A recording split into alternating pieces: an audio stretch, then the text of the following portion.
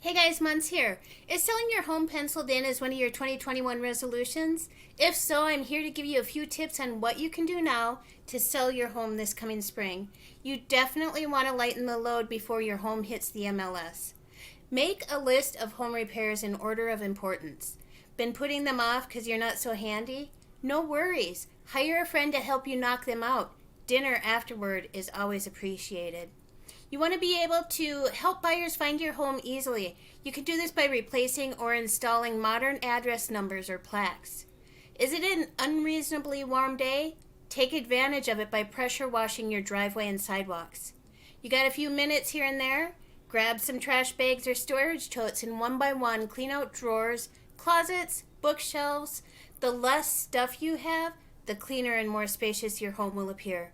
What rooms need painting?